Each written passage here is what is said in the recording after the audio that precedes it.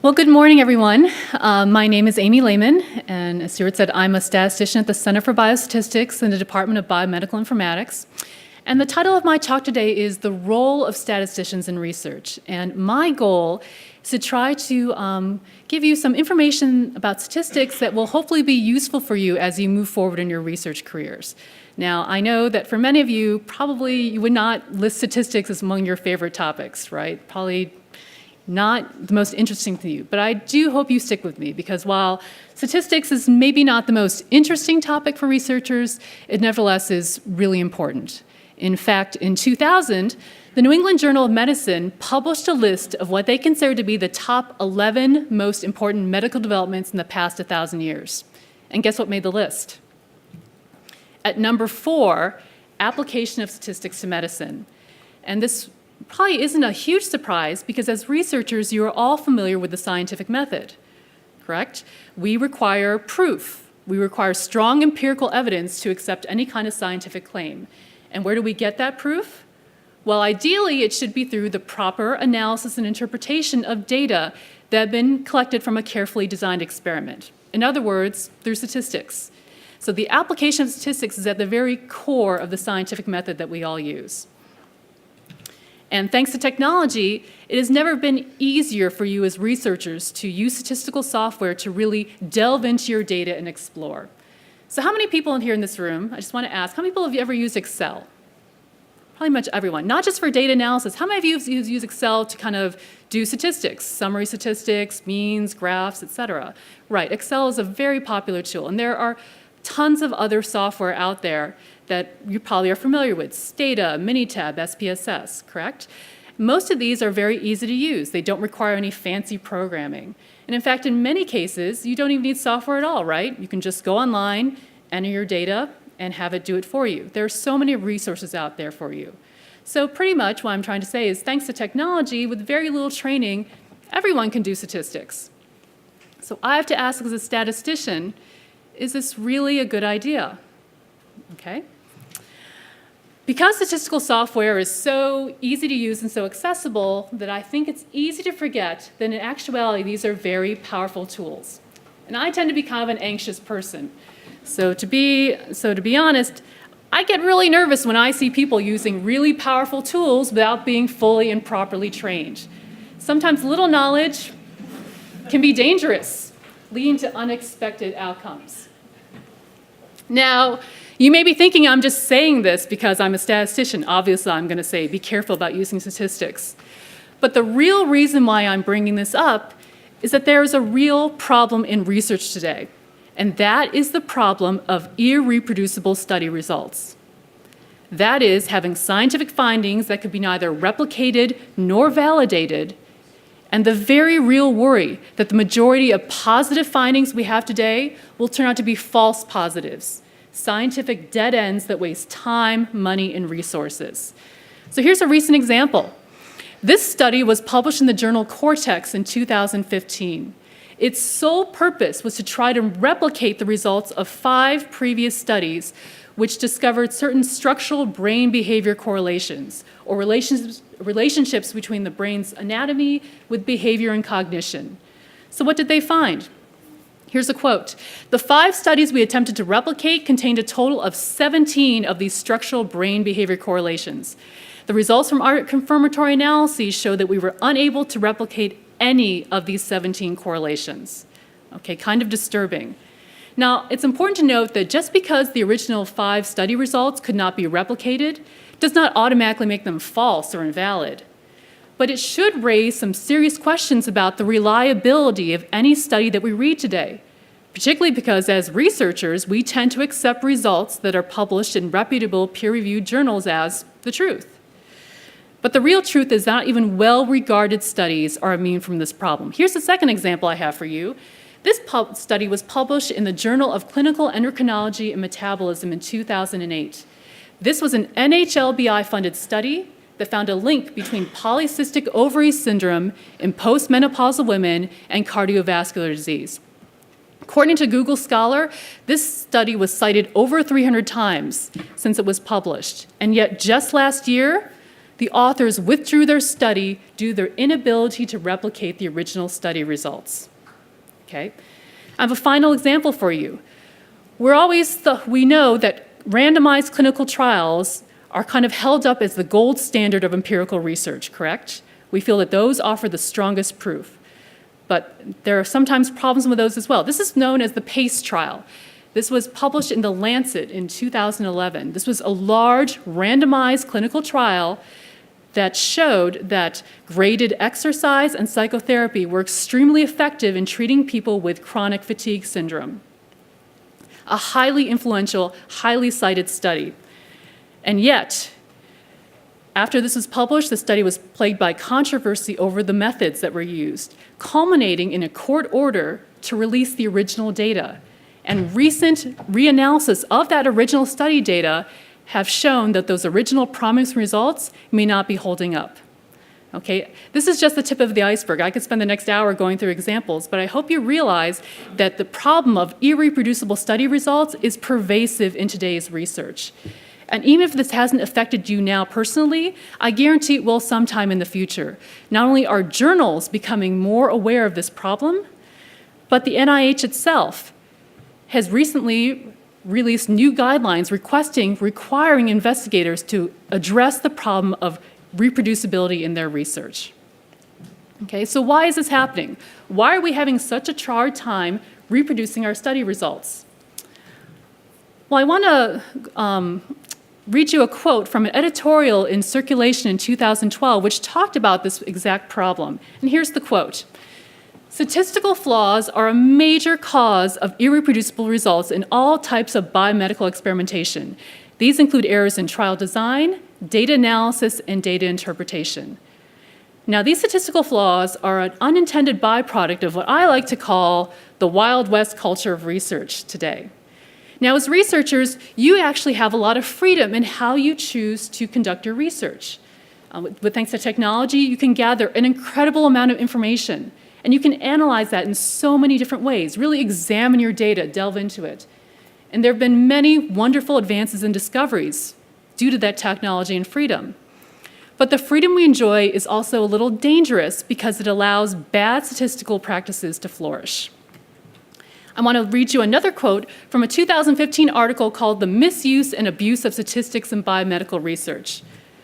It says here that computers and statistical software packages have increased the complexity with which data can be analyzed, and consequently, the use of statistics in medical research has also increased. Unfortunately, though the types of errors may have changed, the frequency of statistical misuse has not. These errors are primarily due to inadequate knowledge and researchers not seeking support from statisticians. So, I only have a limited amount of time to talk to you today, but I hope that this has given you a little bit of flavor for the problem of irreproducible research, and that bad statistical practices are absolutely a major contributing factor to irreproducible research. And that's why I feel strongly that it is so important that good statisticians are involved as members of the research team.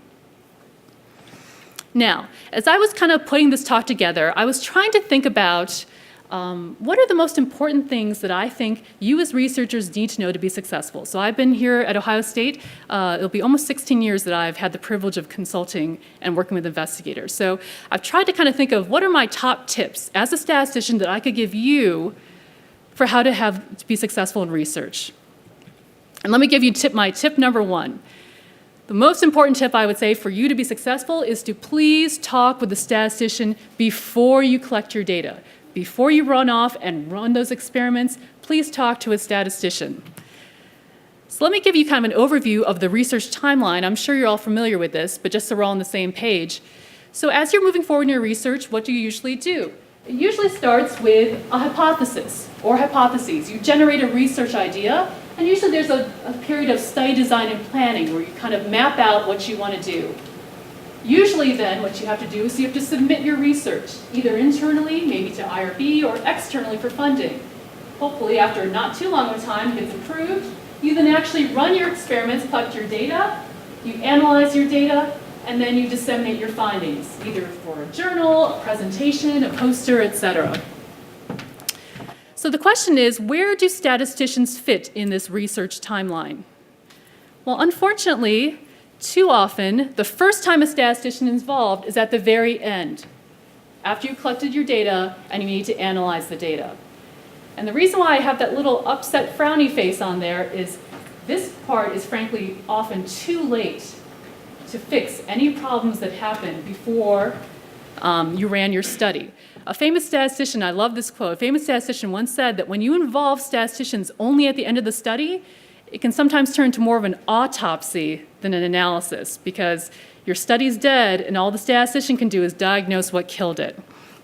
Okay, so what I'm trying to say is statisticians really want to be involved here at the very, very beginning as you're kind of formulating your research hypotheses and designing your experiments. And when we mean we want to work with you early, we don't mean 2 days before your proposal is due, because again, that can be too late. Now, why would you want to work with a statistician before you start your study?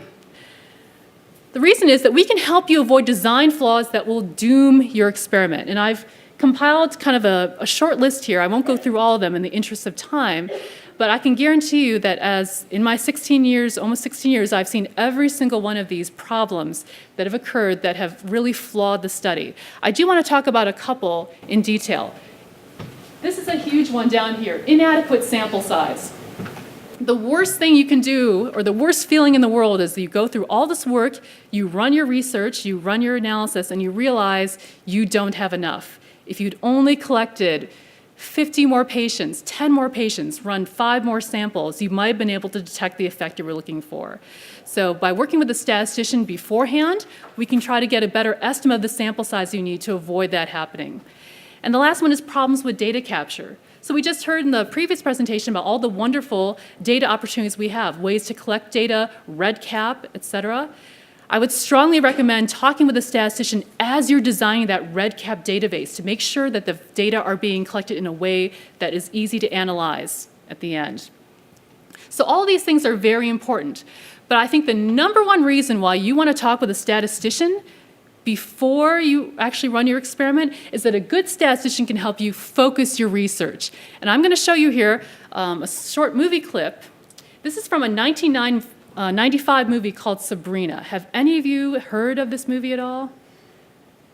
I don't blame you. It wasn't a very good movie at all. But not a very memorable movie. But there's a great scene in here that I want you to see. Let me set the scene up. In the scene, a photographer is talking with their client about taking some pictures outside of a house. And this is the discussion they have. So hopefully you guys will be able to see this. Do you want a view from the house? Sure. Which one? All of them. More isn't always better, Linus. Sometimes it's just more. Pick one. Okay. That's a younger Harrison Ford, by the way, in case it looks familiar. The reason why I love this scene is I love that quote. More isn't always better. Sometimes it's just more. Okay, so that's maybe true in photography, and it is absolutely true in research as well. It's tempting, especially when you're doing research, to want to make your topic as broad as possible because you want to capture everything that's possible. But just keep in mind, more isn't always better. Sometimes it's more. The most successful research is not necessarily the one that is the most broad, but the one that is the most focused. Okay? And a statistician can help you really focus your questions to avoid any kind of extraneous material in there. Okay, so talk to a statistician before you collect your data. The number 2 most important thing that I can tell you as a statistician when you're conducting research is to be careful about p-values. So how many of you here are familiar with p-values, have seen them, calculated them, read about them? Okay. Probably most of you, even if you're not couldn't give me a textbook definition, probably are familiar with them because they really are the current currency of research, correct? Whenever you try to publish something, you know you're going to have to produce a p-value. Or if when you read a research and you're evaluating a claim, you're probably going to look at that p-value, okay?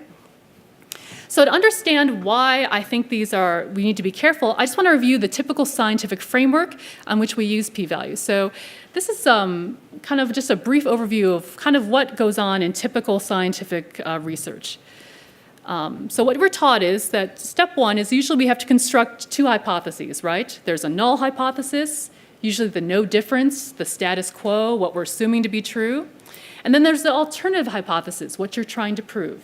Okay, so once you set these up, you run an experiment, you apply some hopefully appropriate statistical test, and you get something out called a p-value. Okay? What do you do with that p-value? It's a number, it's a probability. You compare it, you look at that, and you say if the p-value is less than 0.05, you reject the null hypothesis in favor of the alternative. Otherwise, you fail to reject. Repeat as needed, okay? So most people are probably familiar with this. There are some slight variations on this, but this is the basic sequence of events that you follow through in research. It's well known, it's taught everywhere, it's ubiquitous enough that it even makes the way, it even appears on joke t-shirts that only statisticians find funny. Pretty simple, and it's a nice decision rule to have. So what's the problem? The problem is that p-values are widely misused and misrepresented in research. Okay? And to understand that, I want to kind of just take a couple minutes to give you just a really, really brief history lesson on the development of the p-value. Okay? So there was a famous English mathematician, biologist. His name was Ronald Fisher. He was also a geneticist. He's kind of the father of modern genetics. And he was the first one to really propose testing your data against a null hypothesis. This was in the 1920s. And he introduced the concept of something called a p-value, which the definition is it's the probability of viewing your data or something more extreme given the null hypothesis. In other words, the p-value was designed as an informal index to measure the disparity between what you see in your data and the null hypothesis. Okay? The smaller your p-value, the larger the disparity between your data and the null hypothesis, the stronger the evidence you have to reject. Okay? So it's like an informal sliding scale. Now, Fisher introduced this, as I said, in the 1920s. There were many critics of his theories. Among them were two other prominent statisticians whose names may be familiar to you, Lehman and Pearson. They criticized Fisher by saying that this kind of whole setup here was way too subjective. And so instead, this kind of idea of having a null hypothesis and a sliding scale of evidence, they were more interested in choosing between two distinct hypotheses, which we now call a null and alternative, based on some kind of strict, fixed criteria. So thanks to Lehman and Pearson, they introduced concepts that you also may be familiar with, such as type 1, type 2 error, and power. Okay? Now, it's interesting, they were not necessarily friends. They argued bitterly between themselves about which theory, this more subjective p-value theory or this kind of more objective decision theory method was superior. So it's kind of ironic that starting in around the 40s, technical writers and scientists started kind of mixing them together, taking Fisher's p-value and combining it with Lehman and Pearson's null and alternative hypothesis and coming up with this kind of hybrid, which is what we currently perform. And when you think about it, it really doesn't make a lot of sense because these are two completely separate theories that weren't meant to go together. It's like taking a duck and a horse, okay? Two completely separate animals, and we could argue about which one is better, but when you try to combine them, you get something that really doesn't make a lot of sense. At least I don't think so.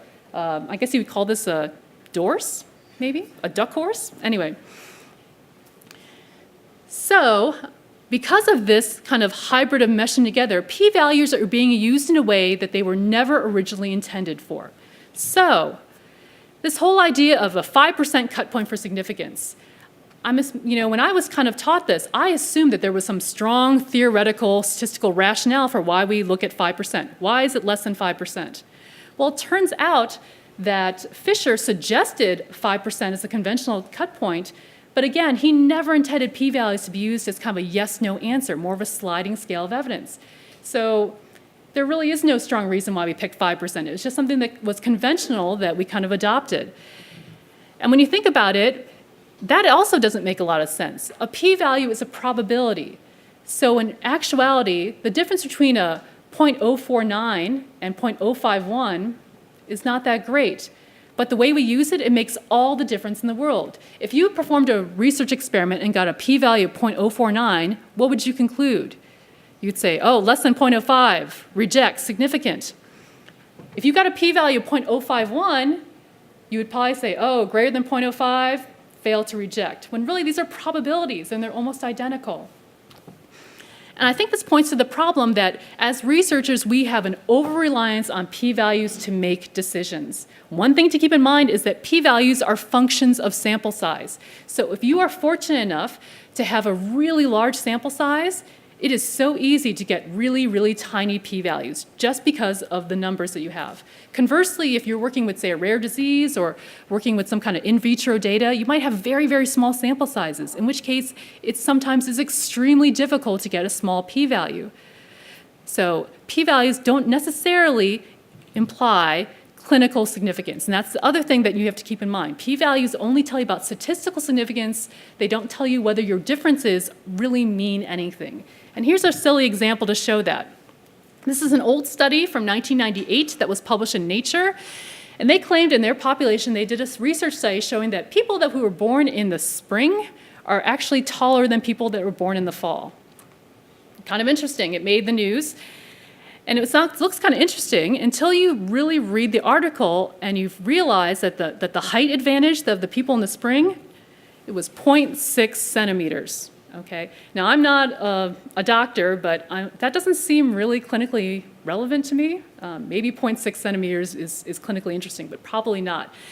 So why did they get statistical significance? Well, if you look at this, how many patients did they have in this study? Over 500,000 patients. So in other words, that p-value is probably more just a function of the large sample size. And then when the authors published this, they probably weren't thinking too much about whether their result was clinically meaningful. So this is something that I think as researchers you need to be really aware about. Okay. Even if you do all that, the other major warning I have as a statistician to give you about p-values is the problem of multiple comparisons. And this is something that is so pervasive and easy to do today because we have the ability to collect a tremendous amount of information when we are designing a study, correct?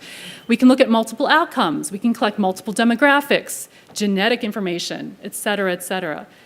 But the problem comes when we start testing every one of those outcomes, demographics, covariates, genetic factors for significance, and then pick the ones with a p-value of less than 0.05 as something that means something, without taking into account the fact that the more comparisons we run, the more likely our results are due to chance alone. In other words, the more tests we perform, the more likely it is that we are to come up with a false positive.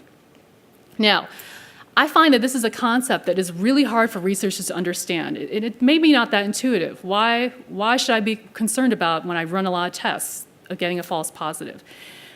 So in light of that, and also the fact that I think everyone's getting a little sleepy now, I think it's time that we're going to take a break and let's play a game, okay? We are going to play a game right now. And for this game, I'm going to need 2 brave volunteers. Now, before you all jump out of your seats, I want to make a couple promises to you. 1, there will be no math questions. I will not embarrass you, minus just being up here with me. And I have prizes. Okay, so you have prizes. So I please need 2 volunteers. Great, 1. Can I have 1 more volunteer, please? You won't regret it, I promise. Thank you, guys. Okay, hang on. I'm going to ask you to come on down, but I want to make this real official like a game, so can you guys stand up? All right, guys. Let's see if I can play. Oh, no, wait.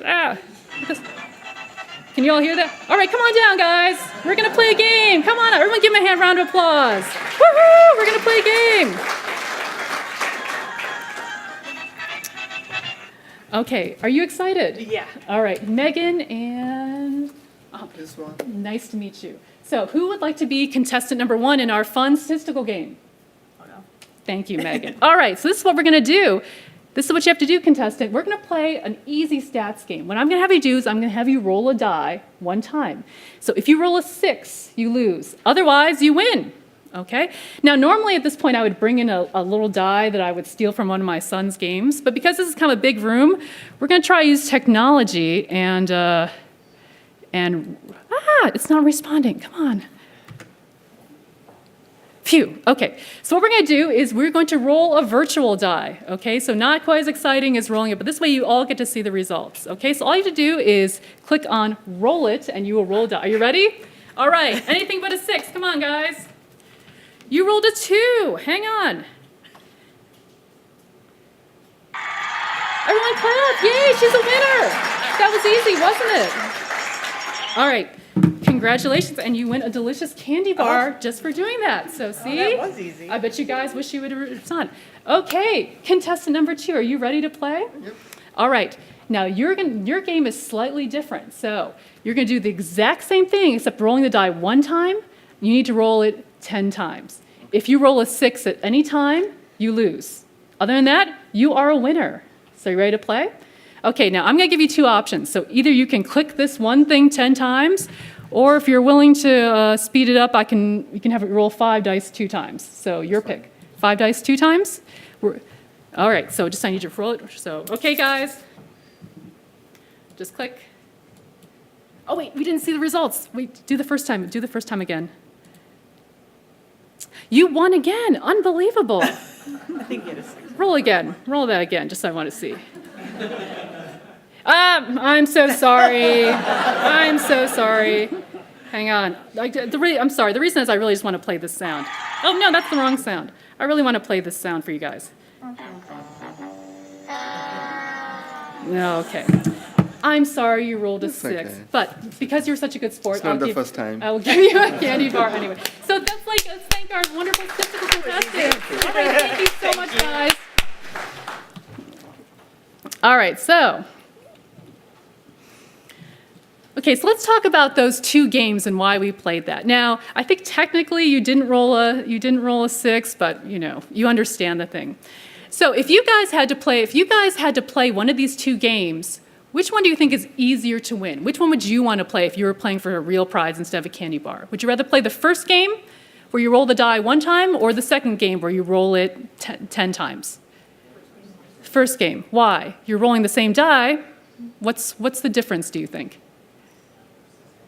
Right. I think intuitively you all understand that while it's fairly easy to avoid rolling a 6 on one die, the more you roll it, eventually you think you're going to hit that 6, correct?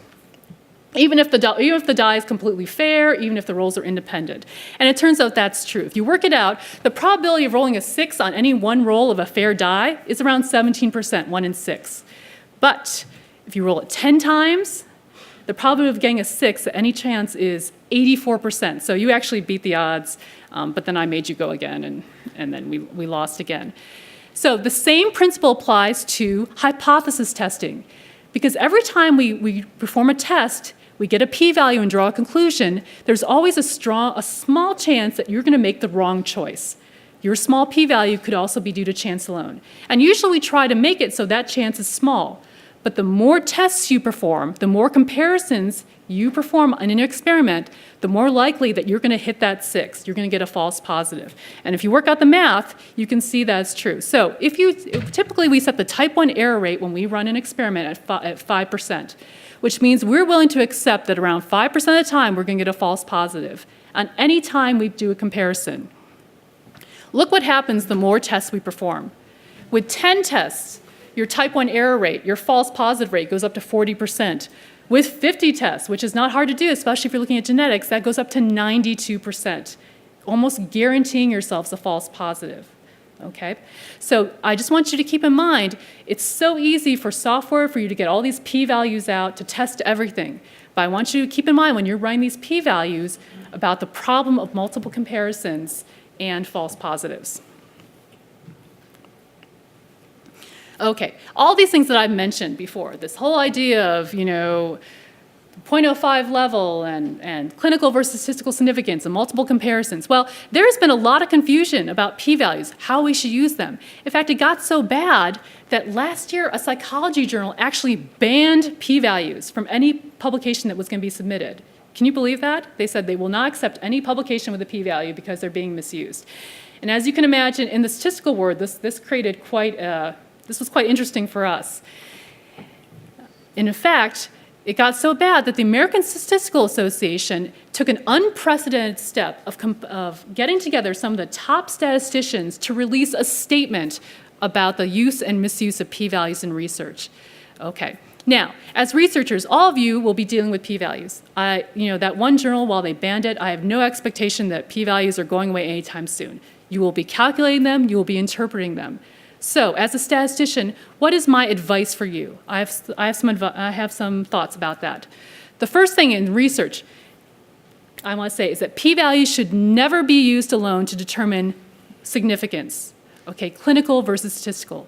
Whenever you are doing research, never rely on that one little number to decide your results. Look at your data, summarize the data, get an idea of what the actual difference is between the groups, and always present that.